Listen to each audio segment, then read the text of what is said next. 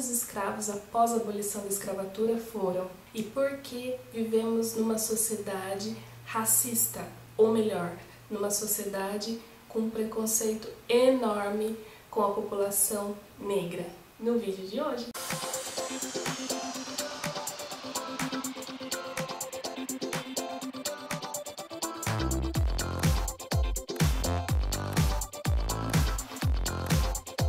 Olá, meus flores, tudo bom com vocês? Espero que estejam bem como tem passado. Antes da gente começar a falar sobre essa história toda aí que eu tenho para contar para vocês, se inscreva no canal. Essa semana está sendo uma semana para a gente falar um pouquinho mais sobre o povo negro, né? Então se inscreva no canal para você ficar por dentro de todos os vídeos que eu for postar aqui durante a semana e me siga lá no Instagram também, Dandara_AmigaFlor, e dê seu like, dê seu joinha se você gosta desse tipo de conteúdo para me estimular a fazer mais conteúdos como este para vocês. Então vamos começar essa história toda?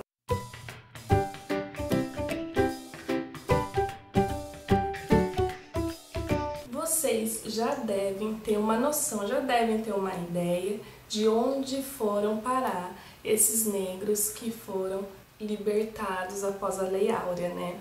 Vocês já devem ter uma noçãozinha. A gente vai contar um pouquinho melhor isso, só que antes eu vou falar um termo aqui nesse vídeo que eu preciso contar um pouquinho a história desse termo. Antes de continuar, muitas das informações que serão passadas aqui nesse vídeo foram retiradas do canal Buenas Ideias, com o Eduardo Bueno, e eu vou deixar o link do canal dele aqui na descrição também, tá? Passa lá, confere o canal dele, porque ele conta a história de uma maneira deliciosa, muito, muito divertida. Você não vai se arrepender de conferir o canal dele. Passa lá que você vai gostar. Em 5 de outubro de 1897, termina uma guerra lá no estado da Bahia, Guerra de Canudos, né? Não sei se você já ouviu falar aí nas aulas de história sobre a Guerra de Canudos. E lá em Canudos tinha um morro chamado Morro da Favela. Que se você não sabe o que é favela, favela não é o que a gente conhece hoje. Hoje é, mas não era, mas não é. Favela é uma árvore, e dessa árvore, a sua semente, o seu fruto, ele é espinhento.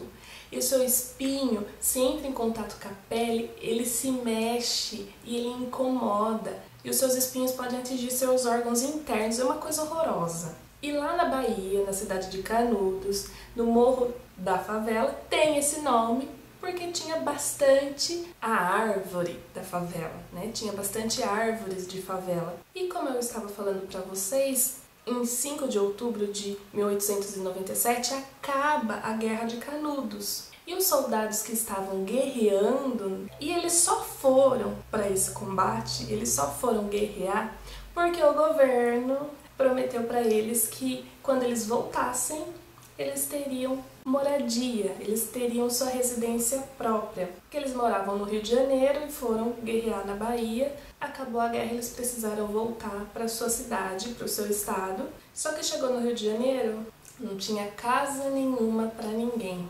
Então, esses combatentes de guerra começou a subir o Morro da Providência no Rio de Janeiro. E eles começaram a reparar, a burguesia estava no solo, né? A burguesia estava no asfalto, estava ali embaixo. Então, eles não iam poder ficar lá embaixo. O governo não deu as tais casas para eles que prometeu. Eles precisavam de moradia, certo? Então, eles começaram a subir o morro. E eles começaram a subir o Morro da Providência no Rio de Janeiro. E eles acharam que esse morro se assemelhava com o Morro da Favela, na Bahia. Veio daí o termo favela. Então hoje, se você escuta esse termo, se você olha para os morros e vê um monte de casinha junto e tal, e fala assim, ah, aquilo lá é uma favela, o termo surgiu daí, dessa época aí, do final da Guerra de Canudos, pessoal sem moradia, começaram a ir para os morros, só que agora eu vou entrar na história dos ex-escravos.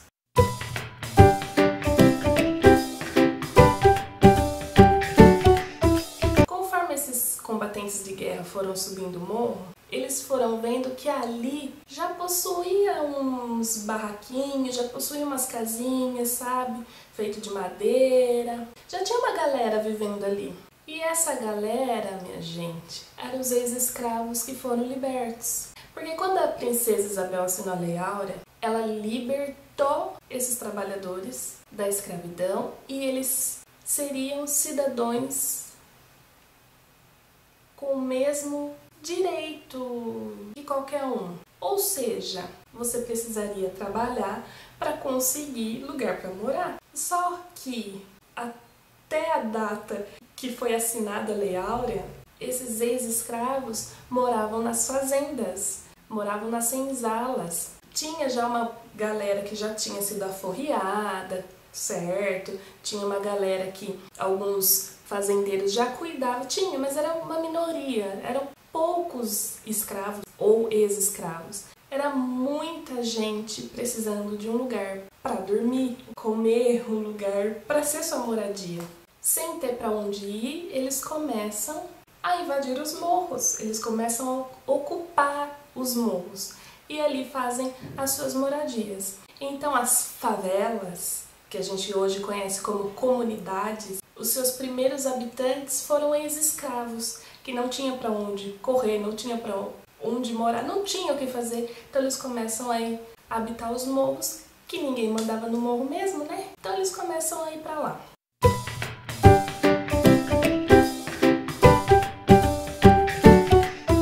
Então, agora a gente vai entrar um pouquinho na casca da ferida. Agora a gente vai mexer com uma parte que dói e sangra.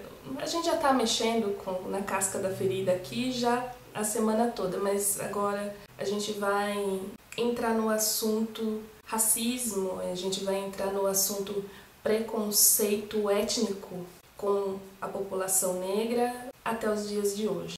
O que aconteceu durante essa época da escravidão? Como eu já falei para vocês nos outros vídeos, né, nos primeiros vídeos dessa semana, se você ainda não assistiu, por favor, vá assistir, ficou muito legal esses vídeos. Dá uma conferidinha, eu vou fazer uma playlist aqui no canal com todos os vídeos dessa semana da consciência negra. Tá muito legal.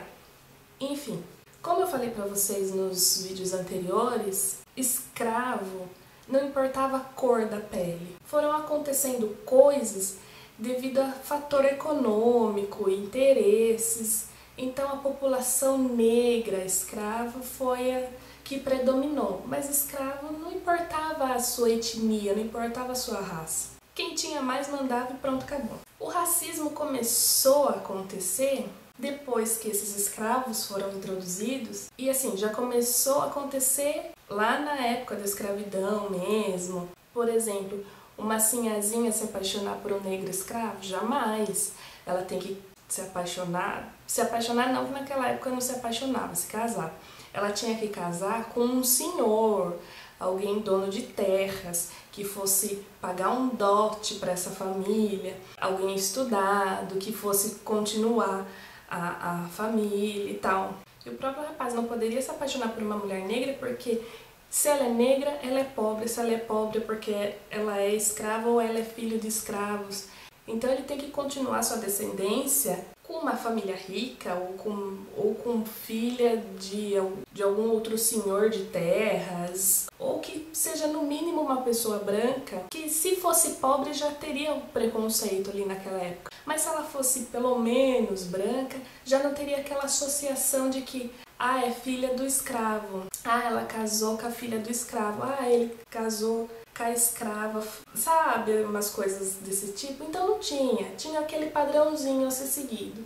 Então o racismo, o preconceito já começou desde a época da escravidão, mas não era por causa da cor da pele, e sim porque a cor da pele já fazia a associação de que era pessoa escrava, que era pessoa pobre, que era pessoa para servir e não pessoa para dominar, para ser líder. Era inferior. Depois da abolição da escravatura, isso só piorou. Essa situação ficou cada vez pior. Porque com as invasões, né, com os negros tomando posse dos morros, fazenda, favela, manchando a cidade, né, a estética da cidade, e, consequentemente, eles trabalhavam a troco de comida, a troco de meio de subsistência. De repente, eles eram livres, então eles tinham que trabalhar para ganhar. o que comer, para ganhar dinheiro para poder sustentar a sua casa. Só que o pessoal ali, eu vou pôr aqui asfalto, tá? O pessoal ali do asfalto tava muito pé da vida com essa galera. Muito. Tanto que eu falei que o terceiro pilar que culminou na queda do imperialismo aqui no Brasil foi justamente os senhores de escravos. Gente com muita grana. Eles perderam a sua mão de obra. Eles perderam muito dinheiro que esses escravos libertos. Eles estavam com raiva dessa população. Você acha que até ontem eu tinha um neguinho que servia pra mim? Eu tinha um neguinho que trabalhava pra mim, que me dava tudo na mão e eu só mandava e eu maltratava, eu batia. Agora eu vou ter que pagar pra esse neguinho pra ele fazer as mesmas coisas que ele já fazia pra mim de graça? Mas nem a pau. Então, vocês acham que os negros libertos foram vistos com bons olhos pela sociedade de modo geral? Claro que não, claro que não.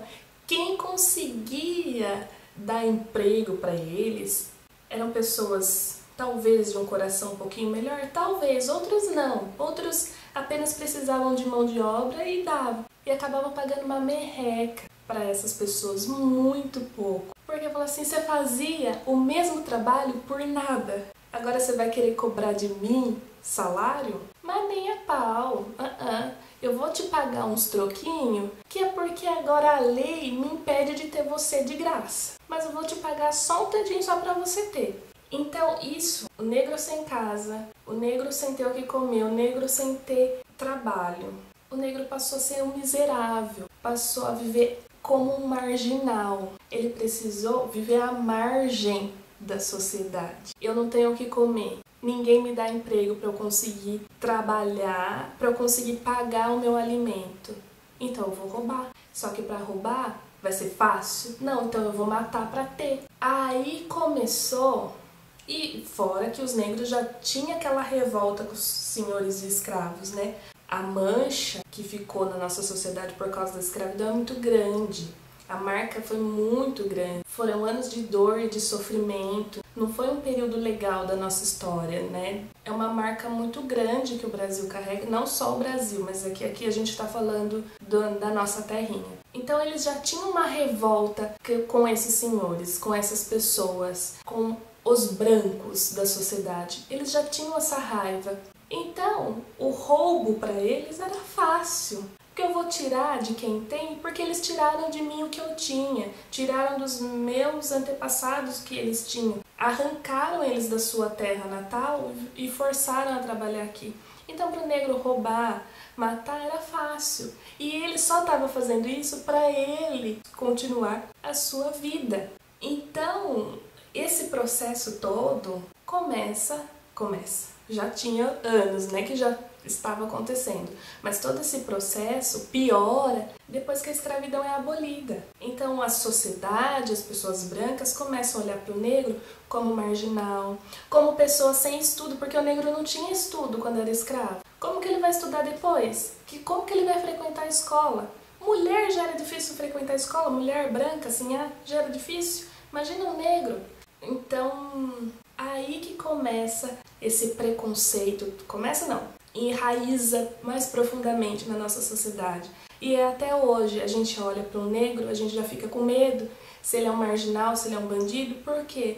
Porque a gente cresceu tendo essa imagem, tendo essa figura de que o negro é marginal, de que o negro é o que rouba. E é uma coisa cultural e é uma coisa que foi introduzida na sociedade, forçado, e infelizmente tudo poderia ter sido diferente se as coisas no começo pudessem ter acontecido de uma maneira diferente. Mas infelizmente nós, população negra, a gente carrega um peso histórico, um fardo histórico de dor muito grande e de traumas muito grandes. E a gente carrega isso e infelizmente quem olha pra gente com memórias não tão pessoais, mas com uma memória do passado.